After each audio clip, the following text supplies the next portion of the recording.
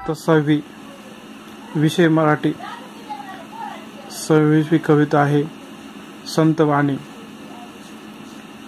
यामध्ये विविध संतांचे वचने आणि त्याचा भावार्थ सांगण्याचा प्रयत्न केला आहे। संत बहिणाबाई यांचे अभंग आहेत। निंबा कडूपण देत असे कोण, युक्षा गोडपण कवन करी, बीज तैसे फळ गोडीचा निवाडा, हा अर्थ उघडा दिसत असे। यामध्ये निंबाला कडूपण आणि युक्षाला गोडपण कशामुळे येते तर त्यांचे फळ त्या पद्धतीचे असतात।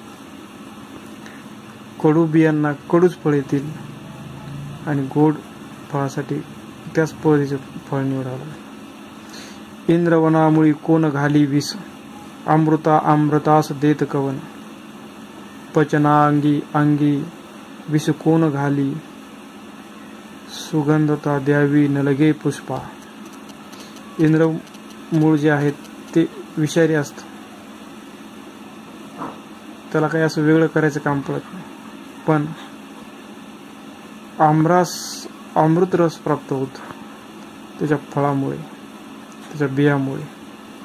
तीक्ष्ण मोईरी करीतसे कोण, खारिक निर्माण मधुर का हो, बहिणी म्हणे बीजा ऐसे हे ते फळ, उत्तम ओंगळ परीक्षावे।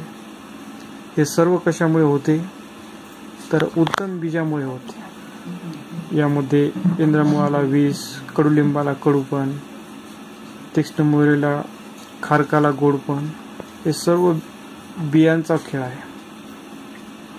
रात्रंदिवस मन करी तळमळ, बहु हळहळे वाटे जीवा, काय करू आता पाऊले न दिसती, पण पडली से गुंती न सुटे गळे।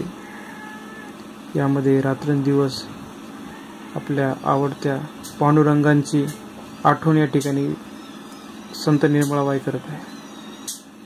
आता त्या ठिकाणीच पावलं आपली जावी असं त्यांचे मत आहे। बहु हा उबग आला संसाराचा, फोडा फासा याचा माय बाबा।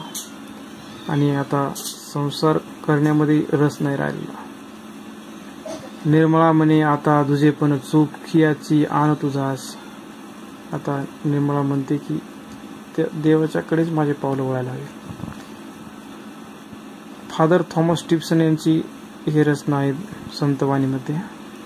जैसी हरळा माझी रत्नकिळा, की रत्ना माझी हिरा निळा, तैसी भाषा माझी चोखळा, भाषा मराठी।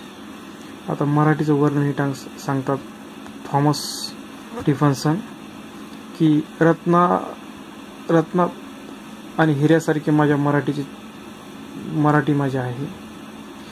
जैसी पुष्पा माझी पुष्प मोगरी, जसे पुष्पामध्ये सगळ्यात चांगलं पुष्प जर कोणतं असेल तर मोगरा आहे, तसं की परिमळा माझी कस्तुरी, तैसी भाषा माझी साजिरी मराठी। आणि त्या कस्तुरीप्रमाणे पुष्पामध्ये मोगऱ्याप्रमाणे माझी मराठी आहे।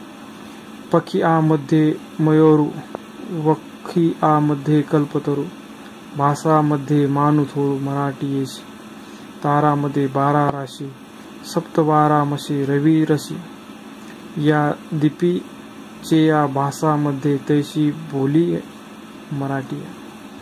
इथं मराठीचं वर्णन सांगितलेलं आहे आणि तिची गोडवी, तिचं थोरपण या रचनेमधून आपल्याला होताना दिसते। धन्यवाद।